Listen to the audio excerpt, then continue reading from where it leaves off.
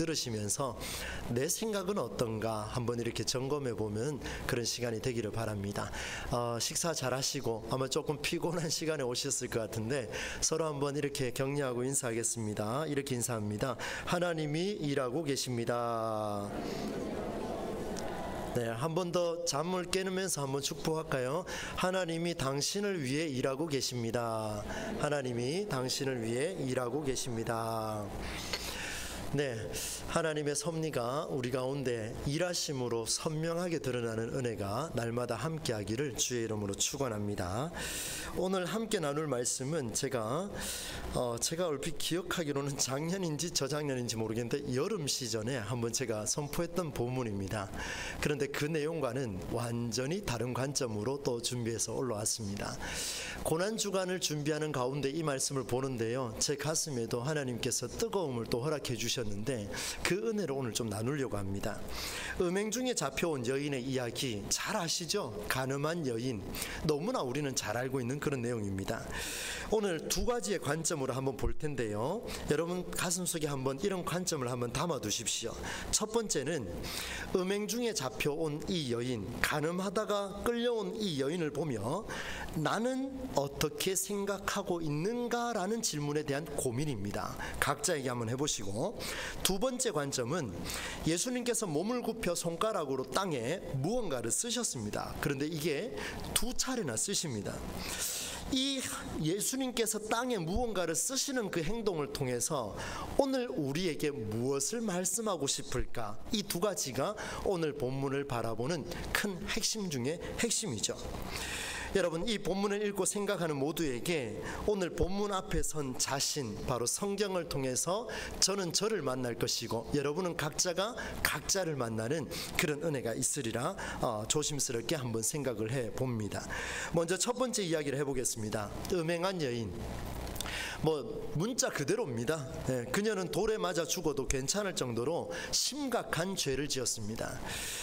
지지난주죠, 결혼한 남편 이야기를 잠깐 했었습니다. 아마도 이 여인은 결혼한 남편이 있는 여인이었을 것입니다. 남편이 없다면 별 문제가 되지 않을 텐데, 결혼하지 않았거나 법적 이혼이라는 그것을 받았던 여인이라면 문제가 없었을 것 같습니다. 그런데 분명히 문제가 생겼으니 끌고 왔을 거 아닙니까? 음행 중에 잡힌 여인을 예수님께 끌고 와 세운 사람들이 누구냐면 율법을 가장 잘 알고 가르치고 강론하던 사람, 암송하며 가르쳐주던 사람, 서기관들과 바리새인들이었습니다. 너무나 잘 아는 그런 사람들이었죠. 자, 여러분 한번 보십시오. 유대 사회가 율법 중심으로 이루어져 있는데 그 율법을 어겼다, 이제 끝난 거예요. 빼도 박도 못하는 상황, 지금도 돌에 맞아 죽어도 전혀 문제없는 그런 상황 속에 처했습니다. 4절로 6절까지 말씀을 보면 이들이 예수님께 이렇게 말합니다. 선생님, 이 여자가 간음을 하다가 현장에서 잡혔습니다. 선생님, 모세는 율법이 이렇게 이야기했어요. 이런 여자들을 돌로 쳐 죽이라 우리에게 명령했고 지금까지 우리는 들어왔고 시행해 왔습니다. 그런데 예수 선생님, 당신은 뭐라고 하시겠습니까? 이렇게 질문을 한 거예요. 얼마나 당황스럽습니까? 그들이 이렇게 말한 것은 오늘 성경의 6절에 보니까 이렇게 말하면 고발할 조건을 얻고자 하여 예수를 어떻게 했다고 되어 있습니까? 여러분 성경 한번 보세요. 6절에 뭐라고 되어 있습니까? 예수를 시험함이러라, 이렇게 표현하고 있습니다. 궁지에 탁 몰아가지고요, 예수님을 테스트하고 있는 그 모습이 나타났습니다. 속셈이 진부하죠. 예수님을 곤란하게 만들려고 하고 있습니다. 모세 율법에 돌로 쳐주게 하는데 당신은 어떻습니까? 그런데요, 이 말을 들은 예수님이요, 어떤 대꾸도 하지 않냐고 갑자기 주저하지도 않고 몸을 굽혀 손가락으로 땅에 엎드려 무언가를 쓰십니다. 자, 6절 한번 읽습니다. 시작. 그들이 이렇게 말하면 고발할 조건을 얻고자 하여 예수를 시험함이러라. 예수께서 몸을 굽히사 손가락으로 땅에 쓰시니, 이렇게 이야기하고 있습니다. 예수님 무언가를 썼어요. 그리고 말씀하시는데요, 그 다음 9절에 7절에 보니까 이에 일어나 이르시되 뭐라고 말씀하셨습니까? 시작. 너희 중에 죄 없는 자가 먼저 돌로 치라, 이렇게 말씀하셨어요. 너희 중에 죄 없는 자가 먼저 돌로 치라. 우리 많이 들어왔던 말씀이죠. 이렇게 충격적인 말씀을 하고 난 뒤에 다시 예수님 또 뭐 하냐면요, 다시 땅에 또 엎드립니다. 그리고 손가락으로 땅에 무언가를 또 쓰셔요. 그렇게 쓰고 나니까 그곳에 있던 사람들이 하나 둘씩, 어른으로부터 시작하여 젊은이까지 하나씩 하나씩 다 물러갔다, 이렇게 표현하고 있습니다. 그런데 여러분, 한번 보세요. 참으로 놀라운 사실이 있습니다. 땅에 무언가를 쓰신 내용을 주변에 있던 사람들이 읽고 보고 생각을 바꿔서 돌아간 게 아니라는 게 아주 명백합니다. 한번 보시겠어요? 9절 말씀에 보면 그들이 이 말씀을 듣고 양심의 가책을 느껴, 그 내용밖에 없습니다. 그리고 돌아가 버렸습니다. 그러니까 예수님이 지금 하신 너희 중에 죄 없는 자가 돌로 치라, 이 말씀 하시기 전에 먼저 땅에 뭘 썼는데, 그 썼는 것을 보고 이들이 돌아간 게 아니에요. 죄 없는 자가 돌을 치라 하고 난 뒤에 또 땅에 뭔가를 썼는데 보니까 땅에 썼는 거 가지고 보고 돌아간 게 아니더라는 거예요. 이게 참 놀라운 사실입니다. 여러분, 이 내용을 보시면은요, 이 말씀을 듣고 깨닫고 돌아갔다, 양심의 가책을 느꼈다라고 하는 것을 보니 예수님이 땅에 쓴 내용과는 전혀 직접적인 관계가 없다라는 것을 우리는 볼 수가 있습니다. 정확하게 보셔야 돼요. 여러분, 성경을 볼 때는요, 여러분, 예수님의 말씀이 그들의 양심을 찔렀습니다. 너희 가운데서 죄가 없는 사람이 돌을 던져라. 무엇을 의미할까요? 예수님의 말씀은 그들의 일상이 어떤 모습으로 살아왔는지를 적나라하게 드러내주고 있습니다. 이 말을 잘 이해하시면 좋겠습니다. 예수님의 말씀은 그들의 일상이 어떤 모습으로 지금까지 살아왔는지를 적나라하게 드러내고 있습니다. 예수님이 지적한 그들의 일상은 무엇일까? 이제 그 이야기를 나눕니다. 여러분, 오늘 제가 8장 1절로 11절까지 이런 내용을 쭉 이야기를 하면서 설명을 다 드렸습니다. 여러분도 잘 아시는 내용이에요. 이제 질문하겠습니다. 여러분, 우리가 음행하는 중에 잡혀온 이 여인의 이야기를 읽으면서 어떤 생각이 드셨습니까? 혹시라도 이런 생각이 들지는 않았습니까? 제가 여러분에게 세 가지를 말씀을 드립니다. 먼저는, 이 여인은 죄를 지었습니까? 안 지었습니까? 네, 졸리는 시간이니까 한번 답을 한번 해봅시다. 죄를 지었습니까? 안 지었습니까? 어떤 죄를 지었습니까? 큰 죄를 지었습니까? 작은 죄를 지었습니까? 돌에 맞아 죽을 죄를 지었습니까? 아니면은 약간 꿀밤 한 대 때리는 죄를 지었습니까? 잘 아시네요. 정확하게 아셨습니다. 도저히 용서받을 수 없는 항목의 죄를 이 여인이 지었습니다. 우리의 눈으로 봤을 때는 이 여인이 죄를 지었다는 게 아주 명백하게 드러났습니다. 돌에 맞아 죽어도 괜찮아요. 죄가 드러나 버렸습니다. 두 번째, 여인의 죄의 문제 어떻게 하면 좋을까요? 지금 사람들이 모였습니다. 이 여인이 죄를 지었는데 죄가 드러났잖아요. 이 죄를 어떻게 해야 될지 주변에 사람들이 모여서 이걸 해결하려고 하는데, 보니까 예수 선생님이 제일 잘하는 것 같아요. 그래서 끌고 왔습니다. 뭐 고발을 하든 시험을 하든 두 번째 문제고, 일단 끌고 왔어요. 어떻게든 해결하려고 하는 그 모습이 있습니다. 여러분, 죄가 발생했을 때, 죄가 드러나면 해결해야 됩니까? 해결 안 해도 됩니까? 해결해야 되죠. 그죠? 맞습니다. 만일 그렇지 않다면 사회적인 문제가 훨씬 더 커질 겁니다. 지금 이 여인은 바로 죽어야 됩니다. 죄송합니다. 이 여인은 반드시 죽어야 돼요. 그래야 그 사회가 살아납니다. 반드시 죽어야 됩니다. 너무 거친가요? 해결해야 됩니다. 세 번째, 그러면 이 죄가 드러났고 죄의 문제를 해결해야 되는데, 그럼 예수님은 어떻게 해결할 것인가? 주변에 있는 사람, 여러분, 우리의 생각을 지금 이야기하는 겁니다. 나는 예수님이 이 여인이 어떻게 이 죄의 문제를 해결할까라는 그런 해결하는지에 대한 궁금함과 기대감이 여러분 생깁니까? 안 생깁니까? 전혀 뭐 생기는 이유가 없습니까? 예, 답을 하셔야 돼요. 지금 예수님이 이 문제를 해결하시잖아요. 그죠? 그러면 1절부터 쭉 읽고 내려갈 때 이 문제를 예수님이 해결하실 거라는 기대감이 있습니까? 없습니까? 있지요. 있지요. 여러분, 이 세 가지, 이 여인은 분명히 죄를 지었습니다. 죄가 드러났습니다. 어떻게든 이 죄의 문제는 사회적인 관습과 율법 때문에 반드시 어떻게든 해결해야 됩니다. 그리고 예수님은 이 문제를 어떻게 해결하는지를 우리는 기대할 수밖에 없습니다. 여러분, 위 세 가지 내용에 대해서 동의하십니까? 반대하십니까? 동의하셔야 됩니다. 다 동의하셨어요. 그렇다면 오늘 여러분, 음행 중에 잡혀온 한 여인 사건을 보면서 이 여인은 죄인이라고 우리는 말했습니다. 이 음행한 여인은 더러운 자라고 우리는 해결받아야 된다, 죄를 물었습니다. 그리고 예수님은 어떻게 하실 건가 관찰하고 있었습니다. 나는 깨끗한 자기 때문에 이 여인은 죄인이라고 우리는 보고 있었습니다. 어떤 방식으로든 여인의 죄의 문제가 해결돼야 된다는 생각에 나의 문제는 감추어져 버렸습니다. 예수님이 여인의 죄를 어떻게 해결하는지를 기대하다가 전개되는 이야기 중에 우리는 제3자 입장에서 성경 본문을 읽었습니다. 이것이 예수님이 경고한 이야기였습니다. 사랑하는 여러분, 여러분 말씀을 어떻게 보고 계십니까? 성경의 스토리에 들어갔을 때 제3자 입장에서 보고 계십니까? 죄가 드러나는 것을 보고 죄라고 말씀하셨습니까? 죄가 드러난 것을 보고 반드시 해결해야 된다라고 그렇게 말씀하셨습니까? 이것이 음행한 여인을 끌고 온 그들의 일상이었고, 제3자 입장에서 보고 있는 우리의 일상과 무관하지 않다라는 것을 보여주고 있습니다. 우리의 일상에 나와 관계한 자들, 성도 간에, 가족 간에, 배우자 간에 우리는 많은 죄를 만나게 될 것입니다. 아니, 만났습니다. 그때 우리는 그 죄를 물을 것입니다. 나는 깨끗하고 당신은 죄를 지었고, 나는 성실하고 당신은 불성실하고, 나는 자녀에게 잘하고 당신은 자녀에게 못하고, 나는 나대로 열심히 살아왔는데 당신은 왜 먹고 놀고만 있느냐? 나는 교회에서 최선을 다하고 61년을 살아왔는데 너는 항존직이 될 정도로 왜 그렇게 살았느냐? 라고 말하는 모든 이야기들은 오늘 예수님이 경고한 그룹에 속한다라는 것을 우리는 알아야 할 것입니다.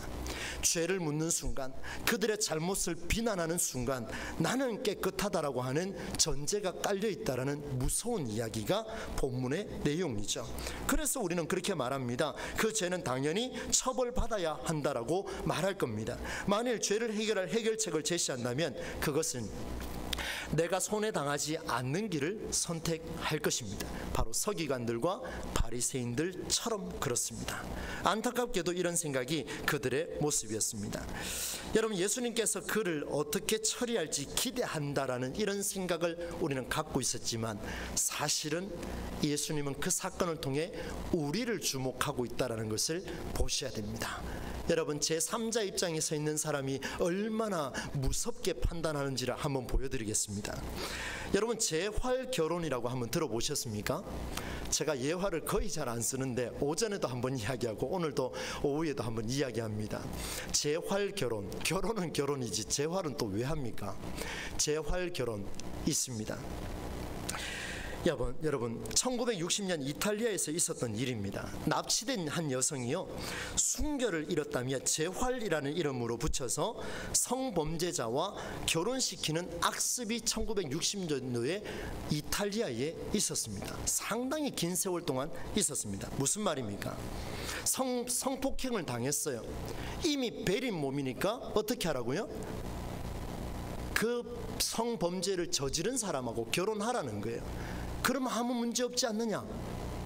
아주 놀라운 지혜 아닙니까? 제3자가 할 수 있는 이야기예요. 죄가 드러난 걸 본 사람은 할 수 있는 이야기예요. 죄의 문제를 해결해야 된다고 생각하는 사람은 할 수 있는 이야기입니다. 사회적 범죄를 없애는 길이라 생각을 했습니다. 한편으로 사회적 범죄를 묵인하는 일이었죠.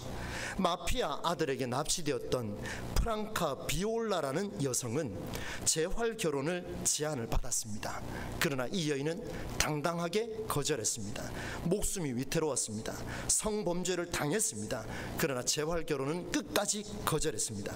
상당히 진통이 있었지만 이 여성으로 인해서 이탈리아는 그로 인해 강간범이 피해자와 마땅히 결혼해서 범죄를 소멸시키는 이런 법조항을 폐지하는 데 큰 영향을 끼쳤던 여인이 누구냐면 프랑카 비올라라는 여성입니다. 그녀의 행동이요, 한순간에 법이 바뀌었다고요? 천만의 말씀이요. 20년 걸렸습니다. 몇 년 걸렸다고요? 20년 걸렸어요. 그 여성이 어떻게 됐겠습니까? 그때 이후로 판례를 보면 나도 그렇게 해야 되겠습니다라고 거절할 수 있었던 사람 어떻게 됐겠습니까? 법조항이 바뀌는데요, 20년 걸렸습니다. 1981년 그 법을 폐지하는데 큰 영향을 주었던 게 바로 프랑카 비올라라는 여성의 이야기였습니다. 놀라운 사실은 대한민국에도 이런 일이 있었습니다. 1973년 10대 남성이 동급생 여성을 성폭행했습니다. 이것이 법정까지 올라갔습니다. 재판부는 1심에서 징역형을 선고했습니다. 그런데 놀랍게도 2심에서 판사가 이런 말을 했습니다. 대한민국 백성으로서 참 부끄러웠습니다. 한번 들어보십시오. 그럴 게 있느냐? 기왕 버린 몸인데 오히려 짝을 지어주는 게 낫지 않느냐? 소름이 돋았습니다. 이게 말이 되는 소리입니까? 제3자가 할 수 있는 이야기예요. 죄가 드러난 것을 보고 그걸 해결하겠다라고 이야기하는 해결책을 내놓는 사람이라면, 다른 사람의 이야기라면 얼마든지 할 수 있는 이야기가 이 정도까지 갈 수 있다는 것을 보여줍니다. 소위 법원 중매가 일어났습니다. 그렇게 짝을 지어주는 게 낫지 않느냐, 그렇게 하여 백년해로 하는 게 서로가 낫지 않느냐라고 판결을 내린 이런 법정이 1971년도에 73년도에 대한민국 법정에서 일어났습니다. 여러분, 죄가 드러났습니까? 음행인 여인에게 죄가 드러났습니까? 여러분 어떻습니까? 그 죄가 드러났기 때문에 해결돼야 됩니까? 그럼 예수님은 어떻게 해결되는지 우리는 봐야 됩니까? 천만의 말씀이요. 그렇게 자세를 취하다가는 우리 또한 이렇게 될 우려를 가질 수 있다라는 무서운 메시지가 오늘 본문에 들어 있습니다. 이 성경 이야기는 한 여인을 조명한 것도 아니요, 주변에 있는 사람도 조명한 것도 아니요, 바로 이 성경 이야기를 접목하고 있는, 마주하고 있는 나를 향한, 바로 나를 향한 하나님의 메시지임을 받아들이지 않는다면 우리는 끝내 음행 중에 잡혀온 여인에게 당신은 간음한 죄를 지었다라고 말할 것이고, 당신은 그 죄의 문제를 해결해야 된다라고 말할 것이고, 당신은 이 예수님이 어떻게 치료하는지 나는 봐야 되겠다라고 말하는 사람과 같습니다. 이제 두 번째 이야기를 하겠습니다. 두 번째는 더 놀랍습니다. 여러분, 예수님께서 땅에 몸을 굽혀 무언가를 쓰셨습니다. 도대체 무슨 말씀을 하고 싶었을까? 제가 자료를 다 찾아봤습니다. 그런데 짐작컨대 뭐 이렇게 말한 사람이 있지만 성경은 그렇게 말한 적이 없거든요. 오늘 이 순간까지 땅에 쓴 내용을 명확하게 아는 사람은 이 세상에 단 한 사람도 없습니다. 누구만 아느냐? 그때 있었던 예수님밖에 모릅니다. 예수님이 다른 나라 말로 썼으면 그 주변 사람 알아듣겠습니까? 못 알아듣지요. 못 알아듣습니다. 예수님밖에 없습니다. 그저 추측할 따름이죠. 그런데 놀라운 것은 서기관들과 바리새인들이 다시 돌아가게 된 결정적인 계기를 보니까 땅에 쓴 내용이 아니라 앞서 말씀드렸던 대로 너희 중에 죄 없는 자가 돌을 들고 치라 라는 이 말을 듣고 가책을 느껴서 돌아갔다라는 사실입니다. 그러면 궁금하지요. 왜 땅에 썼을까? 저는 한참을 들여다봤습니다. 이 말씀을 준비하느라 주일 오전 설교 준비하는데 조금 지장이 생길 정도로 깊이 묵상을 했습니다. 예수님은 왜 땅을 보셨을까? 왜 이 현장 속에서 무엇을 썼는지는 알 수 없지만 음행 중에 현장에서 잡혀왔던 그 여인을 앞에 두고 왜 고개를 숙이셨을까? 저는 당당했으면 좋았을걸. 저는 그런 마음이 들었습니다. 우리 예수님 그냥 당당하게 너희가 죄인이다 이놈들아 이렇게 말했으면 좋았을 텐데 그냥 땅에 머리를 박고 글을 쓰셨습니다. 왜 여인을 쳐다보지 않았을까요? 누군지 궁금해하지도 않았습니다. 예수님은 그곳에 모인 자들에게 무엇을 말하고 싶었는지, 그리고 오늘 이 장면을 보고 있는 저, 그리고 여러분, 우리 모두에게 주님은 무엇을 말씀하고 있을까요? 예수님의 말씀을 자세히 보시면은요, 몸을 굽혀 손가락으로 땅에 무언가를 쓰기 전에 쓰는 두 번의 내용 사이에 여인을 둘러싼 사람들에게 한 말이 있습니다. 또 반복이 되죠. 무슨 말을 했습니까? 너희 중에 죄 없는 자가 돌로 치라. 한번 따라서 할까요? 너희 중에 죄 없는 자가 돌을 들고 치라. 지금 잘 보셔야 돼요. 여인을 둘러싼 주변 사람들에게 먼저 말을 거셨습니다. 이렇게 하라. 이 말씀 외에는 어떤 말도 여인과 대화하지를 않습니다. 그녀의 얼굴도 마주치지 않습니다. 이게 무슨 일입니까? 이게 무슨 일이에요? 약한 자를 돌보시고 가난한 자를 챙기시고 억울한 자를 찾아가시며 눌린 자를 자유롭게 하는 그 예수님께서 지금 가장 어려움에 처해 있고 지금 죽을 위기에 처해 있는 이 여인에게 얼굴도 마주치지 않습니다. 이게 무슨 일입니까? 예수님께서 그 여인과 얼굴을 마주한 순간은 언제냐면 예수님이 여인과 함께 대화한 그 순간은 어른으로부터 시작하여 젊은이까지 하나 둘씩 모두 그 자리를 떠나간 이후였습니다. 한번 볼까요, 여러분? 9절 말씀을 같이 한번 읽어보겠습니다. 시작. 그들이 이 말씀을 듣고 양심의 가책을 느껴 어른으로 시작하여 젊은이까지 하나씩 나가고 오직 예수와 그 가운데 섰는 여자만 남았더라. 지금 누구 남았다고요? 예수님과 여자밖에 남지 않았습니다. 그 전까지는 예수님이 그 여인과 눈도 마주치지 않고 얼굴도 보지 않고 오로지 땅에 머리만 박고 글만 쓰고 계셨다는 것을 보여줘요. 그리고 10절 말씀 읽습니다. 함께 했습니다. 시작. 예수께서 일어나사 여자 외에 아무도 없는 것을 보시고 이르시되 여자여 너를 고발하던 그들이 어디 있느냐? 너를 정죄한 자가 없느냐? 이렇게 말씀하셨어요. 이야, 여러분 보세요. 지금 상황이 얼마나 긴박하게 이루어지고 있는데 자칫 잘못하면 한 사람 지금 죽을 상황이에요. 근데 예수님은 그 옆에 있는 사람들이 다 갈 때까지 이 여인과 눈을 마주치지 않습니다. 눈빛 하나 주지 않아요. 마음 하나 주지 않습니다. 이게 무슨 일입니까? 무엇을 말합니까? 여러분 잘 들어보십시오. 예수님은 음행이라는 큰 죄를 범하고 현장에 끌려온 벌거벗은 그 여인, 온갖 죄로 얼룩져 있는 그 여인, 온갖 실수와 고통 속에서 신음하고 있는 그 한 사람, 그 한 사람은 벌거벗었는데 그 여인에게 예수님이 할 수 있는 최선의 배려는 그 여인과 눈을 마주치는 것도 아니요, 그 여인과 대화하는 것도 아니요, 그 여인에게 할 수 있는 최선의 배려는 그 벌거벗은 여인의 모습을 보지 않는 일이었습니다. 여러분 감이 오십니까? 가장 비참한 자를 위해서 그의 얼굴을 주시하지 않았습니다. 그녀에게 죄를 묻지 않았습니다. Why? How? 어떻게 해서 이렇게 됐습니까? 이런 질문조차 하지 않았습니다. 단지 예수님이 한 일은 모두가 그 여인을 쳐다보고 정죄하고 있을 때 홀로 땅을 쳐다보며 그녀와의 눈을 피했습니다. 그녀와의 눈을 피했습니다. 이런 예수님의 행위, 끌려온 여인에게 마음으로 전달된 배려가 아닐까요? 그녀에게 용기를 부어주는 응원의 메시지가 아닐까요? 다시 일어설 수 있다라는 생각을 최소한도로 할 수 있었던 그 최선의 배려가 아니었을까요? 사랑하는 여러분, 오늘 우리는 나보다 훨씬 더 비참한 사람을 만날 수 있습니다. 나보다 뛰어난 것 같지만 사실은 더 상처받는 자를 만날 수 있습니다. 교회에서 생활을 하다 보면은 여러 가지 지적할 게 많습니다. 특히 여러분들이 저에게 지적할 일도 많이 있겠지요. 저 역시 마찬가지입니다. 아프고 상한 자를 만날 것입니다. 사회적인 제한과 여러 제한으로 인해 숨쉬지 못하는 자들 만날 수 있습니다. 저를 찾아와서 누가 이러했습니다라고 말하는 그 이야기를 들을 때 저는 가슴이 찢어질 것 같습니다. 서기관들과 바리새인들과 똑같지 않습니까? 교회 공동체에서 손가락질 받는 사람을 만날 수 있습니다. 그가 매일 피난처로 삼는 가정의 가족일 수도 있습니다. 우리가 간과했던 사람일 수 있습니다. 오늘 내가 그들에게 해줄 수 있는 최선의 배려가 무엇입니까? 다른 사람이 하지 못하는 일, 군중이 하지 못하는 그 배려, 어떤 게 있을까요? 예수님의 주변에 있던 어떤 사람도 하지 못했던 그 일, 신앙생활 잘 한다고 말하는 지도자들과 오늘날의 목사와 신자들도 하지 못했던 그 일, 단 한 사람이 그 일을 감당했습니다. 홀로 묵묵히 땅에 머리를 숙였습니다. 그는 바로 우리가 믿는 예수 그리스도입니다.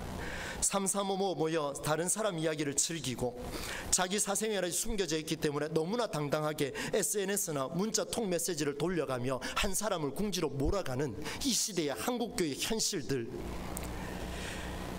자기 의로움을 드러내는 일에는 앞장서고 있는 우리의 모습들, 군중 심리를 악용하는 일들, 돌을 던져도 자연스럽게 넘어가며 동시에 의로움을 갖출 수 있는 그런 일 모두, 이런 것들은 배려가 아니라 공격이요 비난입니다. 이런 일은 배려와는 전혀 다른 내용이 아니겠습니까? 앞서 제가 3가지 말씀드렸던 내용과 동일합니다. 그 죄가 보였습니까? 그러면 공격입니다.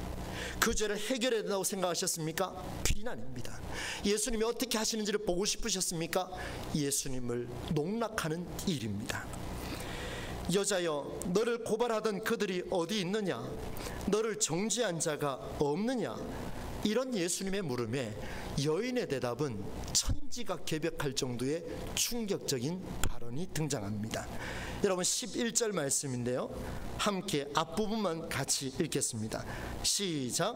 대답하되 거기까지요. 다른 말이 뭔 필요가 있겠습니까? 여인이 지금 끌려와서 한마디도 못했습니다. 예수님 저 억울합니다 라고 말도 못하고요, 나 죄 지었는데요 그래도 용서해 주십시오 라고 말도 못하고요, 한마디도 못했습니다. 끌려오면서도 한마디도 못했습니다. 이제 죽을 게 뻔하거든요. 그런데 그 많은 군중 중에 딱 한 사람이요, 한 사람이 자기에게 손가락질 안 하던 사람, 자기에게 문책하지 않던 그 사람, 자기에게 죄를 묻지 않았던 그 사람, 해결해야 된다고 말하지 않았던 그 사람, 예수님 뭔 일을 할지 기대하지 않았던 그 한 사람, 그가 바로 예수님이신데, 그분이 이제 입을 열었습니다. 여자야, 너를 고발하던 그들이 어디 있느냐? 너를 정죄한 자가 없느냐? 여러분 혹여나 이렇게 생각합니까?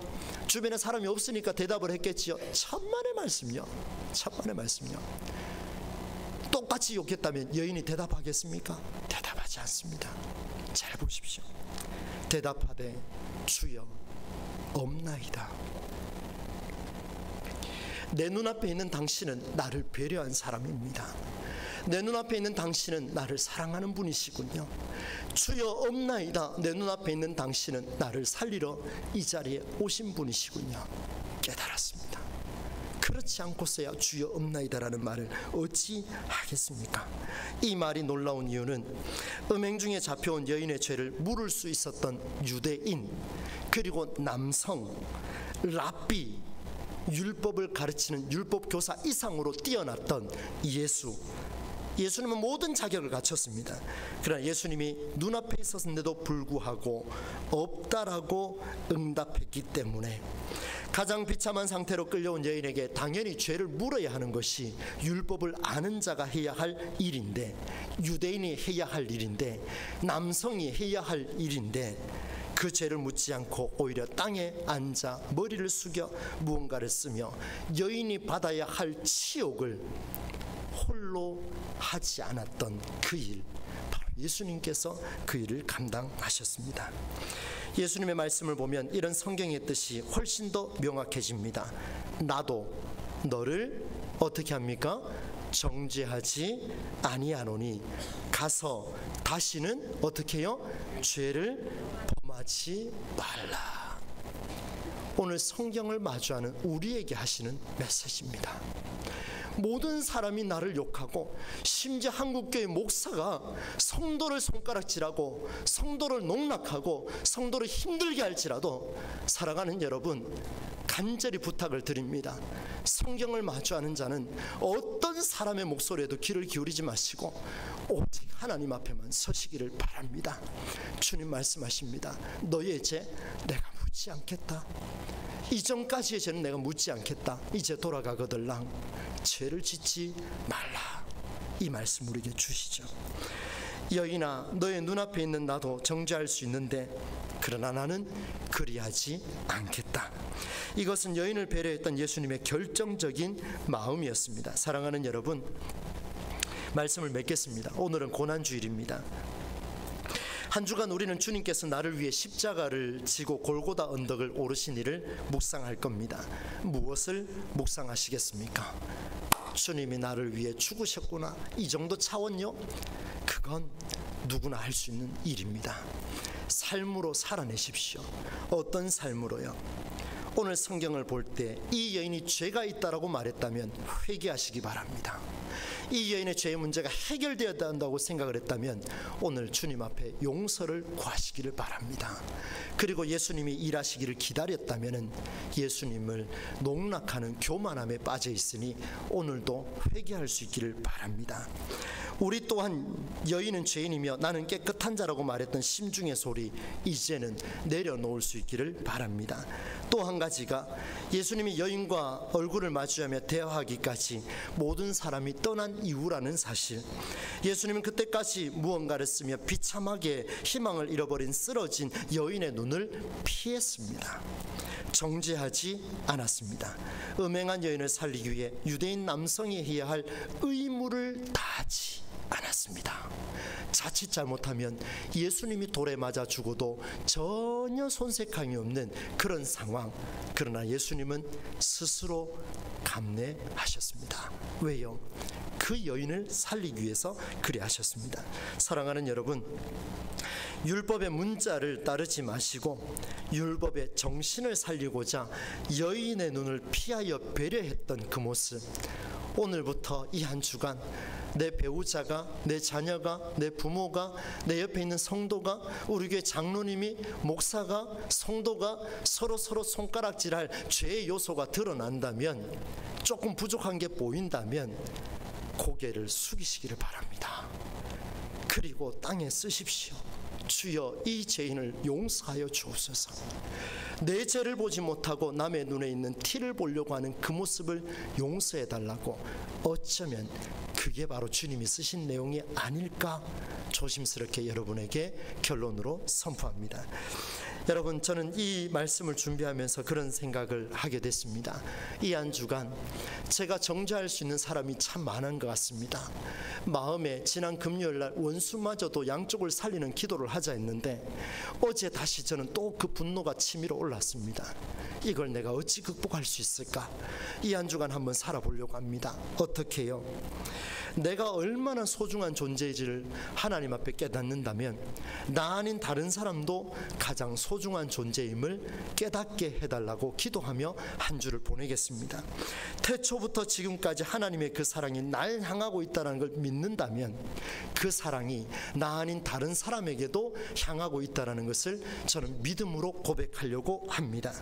그래서 그 사랑을 가르쳐 주신 그 주님께, 주님이 허락하신 그 은혜에 그리스도의 사랑으로 더 섬기며, 때로는 지적해야 할 상황에 나는 머리를 땅에 박으며 잠시 그 죄를 묻지 않겠노라 말할 수 있는 그런 은혜를 제가 한번 살아보려고 합니다. 사랑하는 우리 동부체육회 오후의 피곤한 시간, 고난주일의 무거운 마음으로 여러분에게 선포했습니다. 이 한 주간 여러분의 삶을 통해 주변에 있는 많은 잘못한 사람, 실수한 사람, 죄인들, 손가락질 받는 사람들이 여러분을 통해 다시 쓰러지는 게 아니라 여러분이 침묵하고 고개를 숙여줌으로 그들이 살아나는 역사를 이 한 주간 경험할 수 있기를 주님의 이름으로 간절히 축원합니다. 이런 은혜가 우리에게 있기를 바랍니다. 이 시간 함께 찬양을 좀 불렀으면 좋겠습니다. 정죄하기보다 오히려 축복했으면 좋겠습니다. 당신은 사랑받기 위해, 그리고 그 사랑 전하기 위해 주께서 택하시고 이 땅에 심으셨네. 왜요? 이유는 또 하나의 열매를 바라시며. 한번 따라서 해볼까요? 또 하나의 열매를 바라시며. 한 번 더 크게 합시다. 또 하나의 열매를 바라시며. 예수님이 여인에게 기대했던 이야기입니다. 이 이야기를 우리 스토리로 한번 찬양을 함께 불러보도록 하겠습니다.